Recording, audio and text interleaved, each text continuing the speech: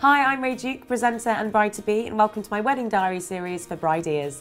This week I'm talking all about the do's and don'ts for your guest list.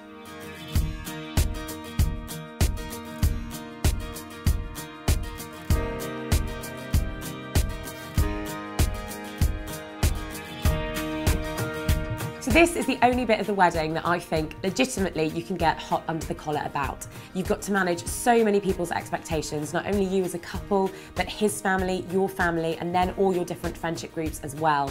So here are some of my tips to relieving the guest list stress. Firstly, agree a number to start. You want to factor in your budget when you think about this number. You don't want to have a massive wedding that's going to be extortionately expensive. Equally, you don't want to have too small a number so that the room looks a bit bleak and you don't get that amazing atmosphere. So decide whether it's going to be 30, 40, 50 guests for you and your partner, and then for his family and for your family. Once you've got that number, we can take it from there.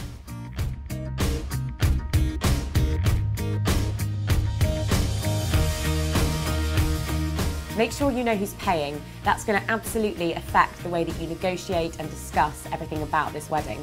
If you as a couple are paying for it, you're going to have a very different set of priorities to if both of your parents are paying for it or if it's a mixture of the three. So firstly, find out whose cash you're going to splash.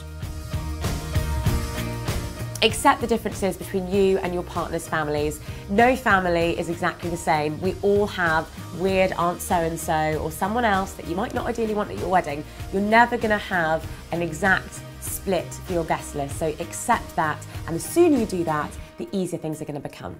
For example, for me, I did invite all my cousins to my wedding. My fiancé didn't do that, but he does have much more aunts, uncles and grandparents, etc. coming. So it all balances out, and just be happy to accept the differences between the two families.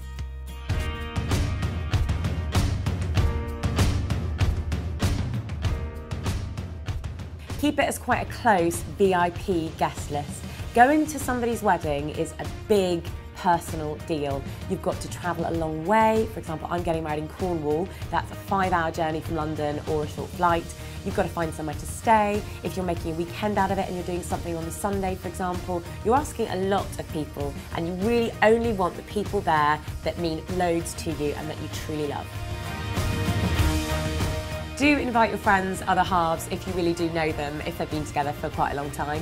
But don't feel the pressure to invite people you don't know, because you don't want to be looking through that photo album in the years to come and see loads of your friends' Tinder matches. Thank you so much for watching. I'll see you next week when I'll be sharing more of my wedding experiences and advice for all you other bride-to-bes. In the meantime, please do get in touch to send in your wedding stories and photos. I'd love to see them.